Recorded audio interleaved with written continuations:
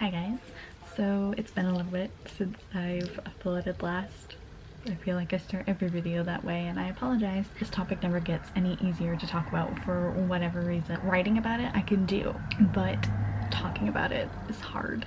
Recently I made a post on Facebook about wanting to make a video about alopecia, and I opened up my Ask FM so people could ask me questions. The first question is, what type of alopecia do I have? Now, if you watched my previous video, you'll know that there are 3 different types of alopecia. There's alopecia areata, alopecia totalis, and alopecia universalis. I have alopecia areata, which just means that I have patches on my scalp. They're bald spots. My hair sometimes grows in and then falls back out, and sometimes it'll grow in patches basically.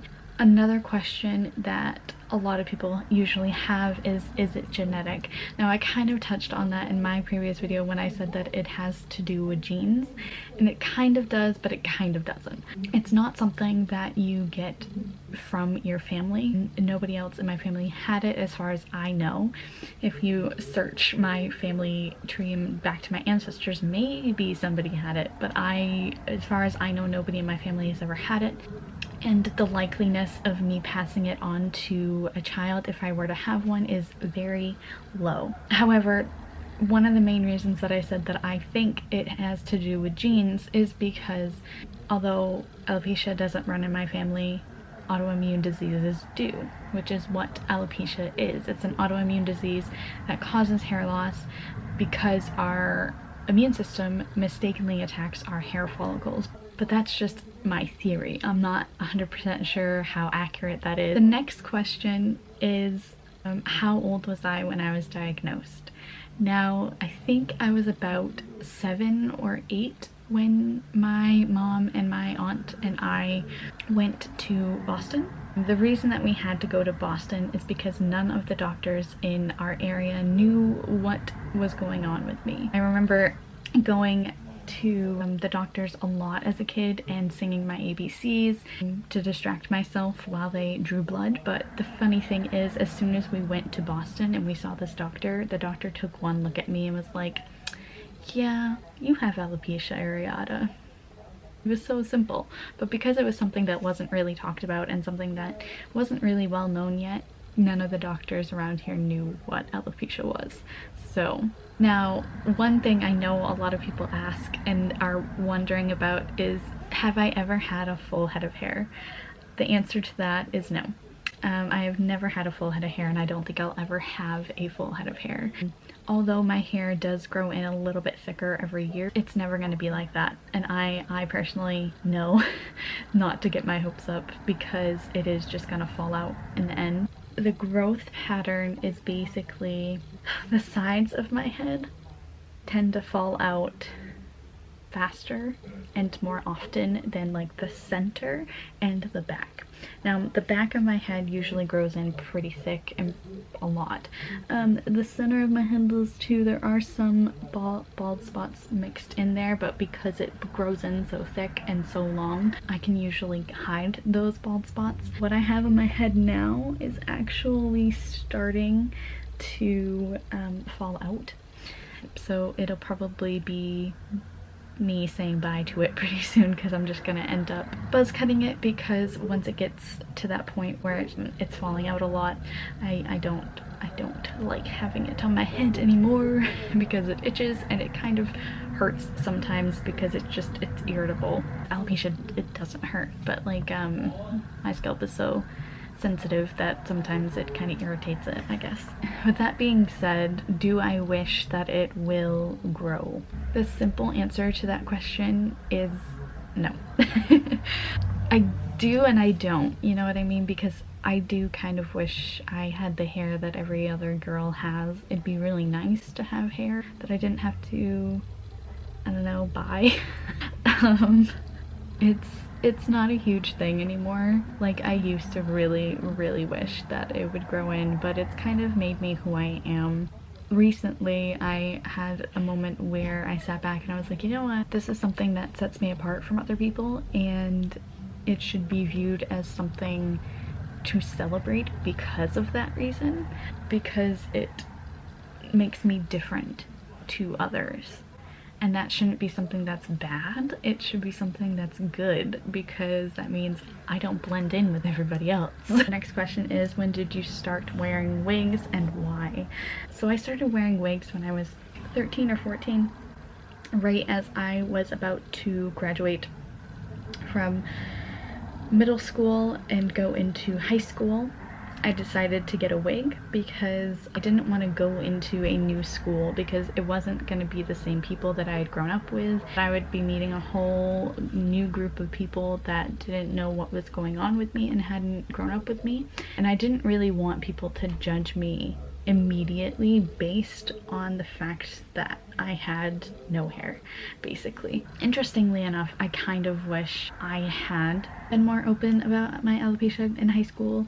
Not necessarily not wearing a wig, because I feel like I would have missed out on a lot. Honestly, I enjoy it most days. Being able to experiment without actually changing anything physically about yourself is pretty cool. So yeah, I really enjoyed it in high school, but I kind of wish I had been more open about my alopecia, because there actually were 2 guys in my school who had alopecia, and one of them actually went to middle school with me. And because I was so secretive back then, I didn't necessarily reach out to them, except for one of them who was in my grade, and he was super nice about it. And yeah, I just wish I had been more open about it. Now, how did I deal with bullying when it did occur in middle school? The interesting thing about our school is that it was so small and everybody kind of knew each other. And I had this group of people around me for the majority of my life, and anytime anybody would say something directly to me, they would usually step in and immediately put an end to it. And I think the bullying could have been 10 times worse if they hadn't been there. I was pretty lucky back then. Once I got into high school, it was a completely different story. I didn't have many friends or people that stuck up for me that I know of. It might have happened behind my back, but I was lucky enough because it was still a small school. I knew people who worked at that school, and anytime I was feeling threatened or anything, I knew I could go talk to them and they would help put an end to it very quickly. And that's exactly what happened quite a few times. So again, very lucky. But mentally, how did I deal with the bullying? I kind of just let it roll off my shoulders. Eventually, I rose above it and was like, you know what? It doesn't matter what you think, because I like myself and that's all that matters. People are just gonna be cruel about things that they don't understand. Don't ever take it personally, because it has nothing to do with you, and it's usually to do with whatever they're going through. How did your family react and how did they act? My family was always super supportive of me. My mom especially would always reach out to me and make sure that I was doing okay, and if I was having an especially bad day, she would sit me down and talk to me about it. I remember one conversation in particular where she sat me down and was like, they don't understand. And that always kind of stuck with me. If you haven't gone through it, you don't know. Just like with anything in life, you know, if you've never gone through something, you don't necessarily know what it's like to go through it. And you kind of have to deal with the fact that you might and probably will be misunderstood somewhere along the line. As for the rest of my family, they've always been super supportive of me. They never treated me any differently because I have hair loss. It's just kind of a part of my life now. Are there any treatments, and have you tried them? There are some treatments. I mean, there are growth serums that you can try to use, but it's just like with any hair loss, it might work and it might not work. But where it's my autoimmune system that is fighting my hair follicles, I don't necessarily think those will work. Then there's also steroid shots that hurt like hell, from what I've heard, that I would never try in my life. And I've heard from people that it could work, but it also couldn't work. And I feel like if I did it and it didn't work, I wouldn't be surprised really. But if it started to work and I saw the results going the way that I wanted and then it stopped working, I'd be really disappointed. How does it affect my daily life? For the most part, it doesn't. Besides the fact that I get up every morning and I put on a wig, sometimes I even forget that it's not normal. Because it's absolutely normal for me. The next question is actually, do you feel insecure about it?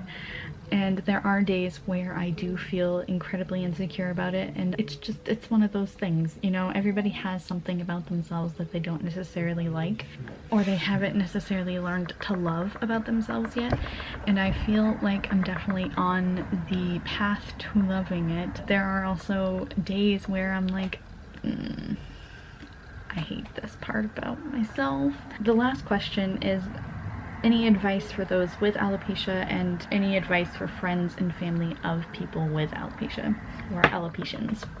So my advice for people with alopecia is to not take the things that people say to heart, because a lot of the time they don't understand, and a lot of people aren't willing to understand something that they aren't familiar with.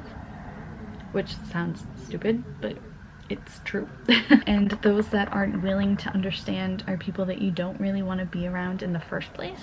You want people that are going to try to understand you. Anybody who judges you based immediately on your hair or lack thereof is not someone that you really want in your life anyway. And I know that sounds super cliche, but it's the truth. And I'm gonna say this mainly because I know what it's like for girls with alopecia, because I am a girl with alopecia. Don't ever let anybody, including yourself, make you feel like less of a woman or less of a girl because you don't have hair like everyone else. You are not less of a person. You are beautiful. And however you personally decide to deal with your disease, that sounds horrible. And I hate the word disease because it makes it sound like you're sick, but you're not. And it makes it sound like there's something wrong with you when there's not. There's nothing wrong with you. Whether you want to wear wigs to express yourself and your gender identity is up to you. If you decide not to wear a wig and to just show off your hair or lack thereof, that's amazing too. Don't ever let anybody take that decision from you and make you feel like you have to do one thing or another. Don't ever do anything just to make other people more comfortable. What's more important is that you're comfortable. If people are uncomfortable with your natural hair, that's their problem. Don't make it yours. Now, for friends and family of alopecians, my advice would be to love them and to support them and let them know that you find them beautiful the way they are, and to listen when they have something to say. If they're having a hard time, whether they're in school or if they're an adult struggling with it, make sure you're there to listen and to support them and just remind them that they are completely and 100% not broken. You know what I mean? Because people tend to treat you like you're broken because you have something that separates you. I'm gonna leave that here because I'm starting to ramble and nothing I say is starting to make sense. Nothing I'm saying is making sense. Cool. See? I'm gonna go. If you guys have any more questions or any requests about videos that I should make on alopecia, please let me know in the comments down below, and I will do my very best to make them. I'm gonna make this a little series type thing and talk about my experiences with alopecia. Peace, love, and happiness to all of you, and I hope you have a wonderful day.